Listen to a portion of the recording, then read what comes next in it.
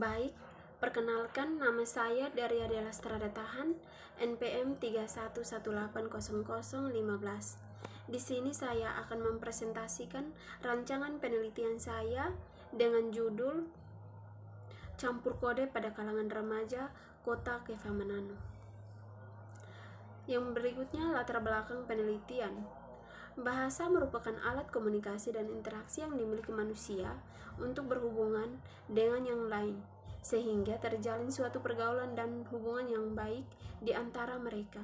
Campur kode sudah tidak asing lagi didengar saat penutur yang satu berkomunikasi dengan penutur lainnya. Fenomena ini terjadi karena pada umumnya mayoritas masyarakat Indonesia menguasai dua bahasa, yaitu bahasa daerah sebagai bahasa pertama dan bahasa Indonesia yang merupakan bahasa nasional sebagai bahasa kedua. Campur kode juga terjadi pada kalangan remaja di kota Keva Manado, yaitu penggunaan dua bahasa dalam setiap penutur. Penggunaan bahasa daerah atau bahasa ibu disebut bahasa pertama dan bahasa Indonesia, Inggris, dan Jerman disebut bahasa kedua. Campur kode ini sering terjadi pada saat orang berkomunikasi. Percampuran bahasa yang dimaksud adalah bahasa Indonesia dan bahasa daerah. Jika yang berbicara itu orang terpelajar, kita dapat juga melihat campur kode antara bahasa Indonesia, bahasa daerah, dan bahasa asing. Dengan demikian dalam berkomunikasi akan ada peluang masuknya unsur suatu bahasa terhadap bahasa yang lain. Dalam percakapan dapat terjadi masuknya unsur bahasa daerah terhadap bahasa Indonesia atau sebaliknya. Dalam hal itu dapat terjadi pada masyarakat dwibahasa, baik masyarakat pada umumnya remaja di kota Keva Manado. Yang berikut rumusan masalah. Permasalahan dalam penelitian ini adalah apa saja bentuk campur kode yang digunakan pada kalangan remaja kota Keva Manado, dan yang kedua, faktor-faktor apa saja yang mempengaruhi terjadinya campur kode yang digunakan oleh kaum remaja. Yang berikut tujuan penelitian. Berdasarkan rumusan masalah di atas, penelitian ini bertujuan untuk: yang pertama, menjelaskan bentuk campur kode yang digunakan pada kalangan remaja kota Keva Manado, dan yang kedua, menjelaskan faktor-faktor yang mempengaruhi terjadinya campur kode yang digunakan oleh kaum remaja. Yang berikut batasan masalah.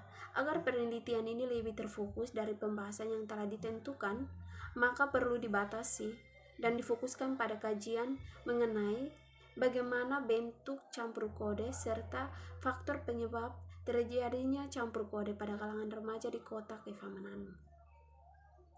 Yang berikut metode penelitian. Yang pertama, teknik pengumpulan data. Penelitian ini merupakan penelitian kualitatif dengan metode deskriptif. Penelitian ini mendeskripsikan peristiwa campur kode ke dalam interaksi antar kaum remaja. Pengumpulan data penelitian ini menggunakan metode simak dan cakap. Teknik simak, libat cakap disertai dengan penerapan teknik rekam dan catat. Pengamatan difokuskan pada bentuk campur kode dan faktor penyebabnya.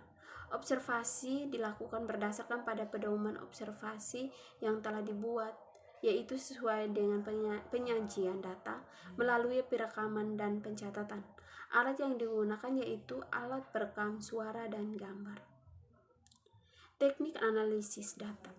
Analisis data dilakukan dengan mengelompokkan data berdasarkan kesamaan karakteristik objek yang dikaji, yaitu campur kode. Selanjutnya, dilakukan analisis data dengan menggunakan metode padan intralingual. Metode padan intralingual menurut Masyun 2013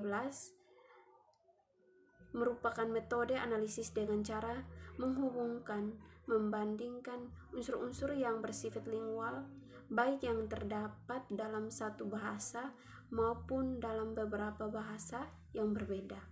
Teknik yang digunakan untuk menguji validasi data adalah teknik triangulasi sumber dan review informant.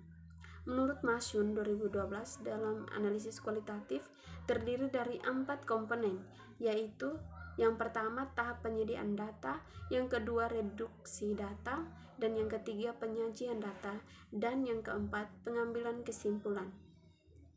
Hasil simpulan diperoleh berdasarkan temuan-temuan selama proses penelitian berlangsung dan dalam tahap penulisan. Sekian dan terima kasih. Inilah hasil rancangan penelitian saya.